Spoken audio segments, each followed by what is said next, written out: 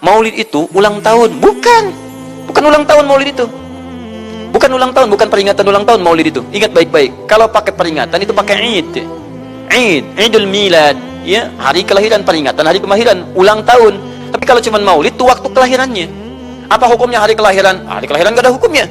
Yang melekat hukum itu bagaimana menyikapi hari kelahiran itu. Itu poinnya. Paham ya? Ketika ada perbuatan melekat kepadanya, maka di situ ada hukum. Maulud itu bayinya berarti nabinya. Apa hukum Maulud? Apa hukumnya nabi? Nabi yang lahir gak ada hukumnya. Jadi kalau Anda menolak Maulud dengan pengertian seperti ini, maka Anda keluar dari Islam.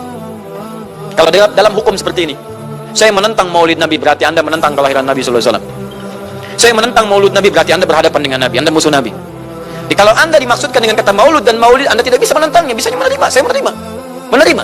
Kenapa? Karena dalam pengertian bahasa, Maulid itu artinya waktu kelahiran. Maulud artinya nabinya. Bagaimana menyikapi Maulid dan Maulud itu? Saya tahu nabinya dilahirkan, nabinya sudah ada. Jelas ya? Maka kemudian saya pun tahu waktu kelahirannya. Bagaimana kemudian menyikapi itu semua? Maka Masya Allah, Quran surah ke-11 tadi, 10 tadi, Yunus, ayat 57 sampai 58. Kalau sampai kemudian ke 58-nya, falyafrahu. Gembira antum. Gembira, bahagia, silahkan. Ya, maksud tidak gembira, Nabi Isa gembira, kita tidak gembira. Ya, Nabi Ibrahim gembira, kita tidak gembira. Nabi yang tidak melihatnya gembira. Masa kita yang mendapatkan bagian Nabi tidak gembira? Jelas ya? Nabi yang mengharapkan hadir saat kedatangannya gembira. Kita yang mendapatkan kedatangan beliau walaupun tak mampu melihatnya, dan kita menjadi umatnya, masih tidak gembira? Umat dulu bukan bagian umat Nabi Muhammad, karena Nabi Muhammad tidak hadir di zamannya. Gembira dengan berita kedatangan Nabi Muhammad, padahal nabinya belum datang. Masa kita yang jadi umatnya, yang nabinya telah kemudian kita dapati walaupun tidak melihatnya, masa kita tidak ikutan gembira? Maka pertama kita mesti gembira.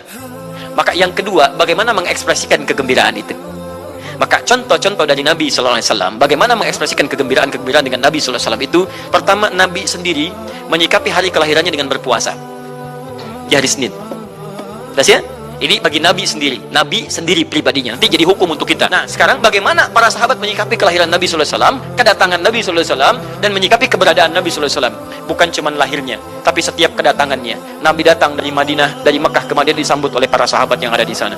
Nabi datang dengan perang Tabuk, dari perang Tabuk disambut oleh para sahabat di sana. Tala al-badru alaina min thaniyatil wada'i wajib syukru alaina mada'alillahi da'i. Masya Allah, disambut dengan madid. Bukti kesenangan mereka kepada Nabi sallallahu alaihi wasallam. Ada yang memuji Nabi sallallahu alaihi wasallam seperti Hasan bin Thabit, buat puisi-puisi memuji Nabi. Seperti Zuhair bin Abi Salma, tadinya musuh Nabi, begitu masuk Islam memuji Nabi sallallahu alaihi wasallam. Ada yang lagi kemudian menghormati Nabi dengan kedatangannya, dengan mengikuti Nabi kemanapun. Nabi mencontohkan, amalkan. Nabi mengajarkan, ikuti. Masya Allah. Begitu Nabi meninggal, diabadikanlah kemudian nilai-nilai penghormatan itu. Ada yang menulis sejarah tentang Nabi.